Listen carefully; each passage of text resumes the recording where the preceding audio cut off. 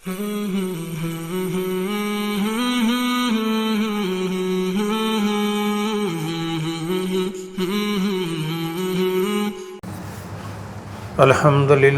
نحمدہ نصلی علی رسولہ الکریم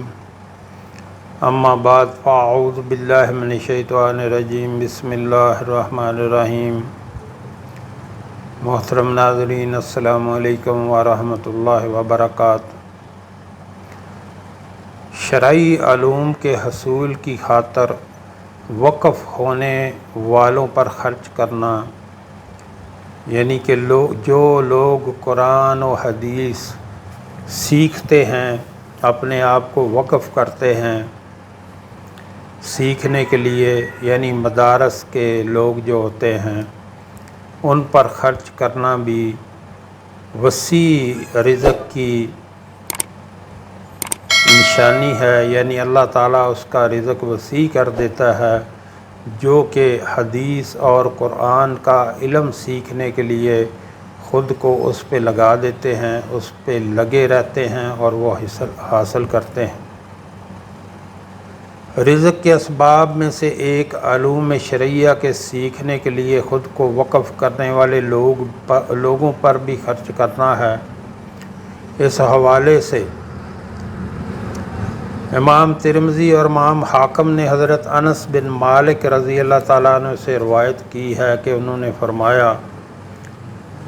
رسول اللہ صلی اللہ علیہ وآلہ وسلم کے زمانہ مبارک میں دو بھائی تھے، ایک علم کے حصول کے لیے نبی کریم صلی اللہ علیہ وآلہ وسلم کی مجلس میں حاضر ہوتا اور دوسرا حصول معاش کے لیے دوڑ دھوپ کرتا۔ حصول معاش کے لیے جدوجہد کرنے والے نے اپنے بھائی کی شکایت نبی کریم صلی اللہ علیہ وآلہ وسلم کی خدمت میں کی کہ میں تو سارا دن کام کرتا ہوں۔ حضرت صلی اللہ علیہ وآلہ وسلم نے فرمایا، شاید کہ تمہیں رزق اسی کی وجہ سے دیا جا رہا ہے کہ تم دوڑ دھوپ کر کے کماتے ہو اور اس کو بھی کھلاتے ہو۔ اس حدیث میں حضرت صلی اللہ علیہ وآلہ وسلم نے رزق کے لیے جد و جہد کرنے والوں کو، جو کہ طلب علم میں مشغول اپنے بھائی کی شکایت لے کر آیا تھا، یہ بات سمجھائی کہ اپنے بھائی پر خرچ کر کے احسان جتلانا درست نہیں۔ وہ تو یہ خیال کر رہا تھا کہ وہ محنت و مشقت کر کے کما رہا تھا اور اس کا بھائی کام کاج سے فارغ بیٹھا صرف کھا رہا تھا، لیکن اسے علم نہیں تھا کہ شاید جو رزق اسے میسر آ رہا ہے اس کی اصل وجہ طلب علم میں مشغول بھائی ہی ہو، کہ اپنا بھائی جو ہے اس کا وہ جو علم حاصل کرنے کے لیے جدوجہد کر رہا ہے اس کے بھائی کی وجہ سے ہی اس کو رزق مل رہا ہو۔ محترم ناظرین، یہاں آگے بڑھنے سے پہلے ایک گزارش کرنا چاہوں گا۔ ہمارے ہاں دن کے ٹائم میں ایک دسترخوان چلایا جاتا ہے جو کہ فری آف کاسٹ، بلا معاوضہ اس میں کوئی بھی کھانا کھا سکتا ہے۔ ہمارے آقا صلی اللہ علیہ وآلہ وسلم کا فرمان ہے کہ سلام کو عام کرو، یعنی سب کو سلام کرو، کوئی جاننے والا ہو یا نہ جاننے والا ہو سب کو سلام کرو اور لوگوں کو کھانا کھلاؤ، سلامتی کے ساتھ جنت میں داخل ہو جاؤ گے۔ تو جو ہمارے بہن بھائی ملک میں یا ملک سے باہر، مثلا امریکہ، کینیڈا، برطانیہ، خلیجی ریاستوں میں، یورپی ممالک میں رہتے ہیں، ان سے گزارش کروں گا کہ آپ بھی اس کار خیر میں اپنا حصہ ضرور ڈالیں تاکہ یہ آپ کے تعاون سے اور اللہ کے کرم سے ہمیشہ چلتا رہنا چاہیے۔ آپ اپنی آسانی کے لیے ایک طریقہ بنا لیں کہ اپنی سیلری میں سے یا اپنے کاروبار میں سے کوئی 5% یا 10% نکال کے اللہ کے راستے پہ خرچ کیا کریں۔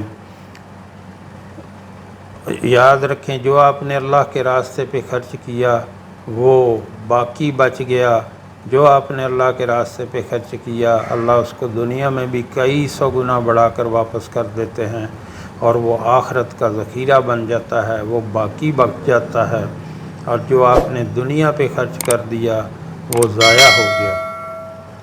تو اللہ کے دیے ہوئے مال سے اپنے ہاتھوں سے اللہ کے راستے پہ خرچ کریں، بعد میں کوئی کسی کے لیے کچھ نہیں کرتا۔ نیچے ویڈیو کے میرا واٹس ایپ نمبر چل رہا ہے، اس پہ رابطہ کر کے آپ طریقہ کار پوچھ سکتے ہیں۔ اللہ ہم سب کو نیک عمل کی توفیق عطا فرمائے۔ ملا علی قاری حضرت صلی اللہ علیہ وآلہ وسلم کے قول مبارک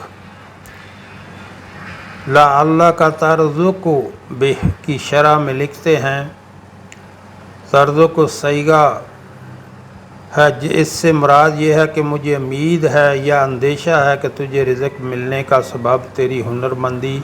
یا کاریگری نہیں ہے، بلکہ تجھے تو اپنے طلب علم میں مشغول بھائی کی برکت کی وجہ سے ہی رزق مل رہا ہے، لہٰذا تم اس پر اپنی ہنرمندی کا احسان نہ جتلاؤ۔ علامہ طیبی لکھتے ہیں، حضرت صلی اللہ علیہ وآلہ وسلم کے قول شریف لا اللہ کا میں بارے میں دو احتمال ہیں، ایک یہ کہ اس کا تعلق رسول کریم صلی اللہ علیہ وآلہ وسلم سے ہو تو یہ قطعیت اور ڈانٹ ڈپٹ پر دلالت کرتا ہے، جس طرح ایک دوسری حدیث میں ہے کہ تمہیں فقط تمہارے کمزوروں کی وجہ سے رزق دیا جاتا ہے۔ دوسرا احتمال یہ ہے کہ اس کا تعلق مخاطب سے ہو تاکہ اسے غور و فکر کی ترغیب رہے کہ عدل و انصاف پر آمادہ کیا جائے۔ بعض علماء امت نے یہ بھی فرمایا کہ علم شرعی کے حصول کے لیے اپنے آپ کو وقف کرنے والے جو ہیں درج ذیل آیت کریمہ میں مذکور لوگوں میں شامل ہیں، للفقراء الذین احصروا فی سبیل اللہ لا یستطیعون ضربا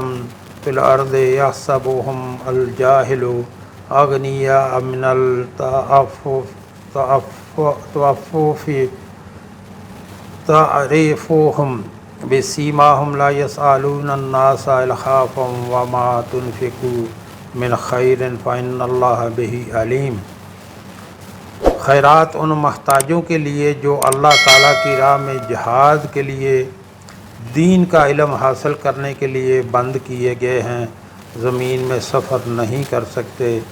جو ان کا حال نہیں جانتا وہ انہیں ان کے سوال نہ کرنے کی وجہ سے مالدار سمجھتا ہے، آپ ان کا چہرہ دیکھ کر ان کو پہچان لیتے ہیں، لوگوں سے لپٹ کر نہیں مانگتے، اور تم جو مال بطور خیرات خرچ کرو پس بلا شبہ اللہ تعالیٰ اسے خوب جاننے والا ہے۔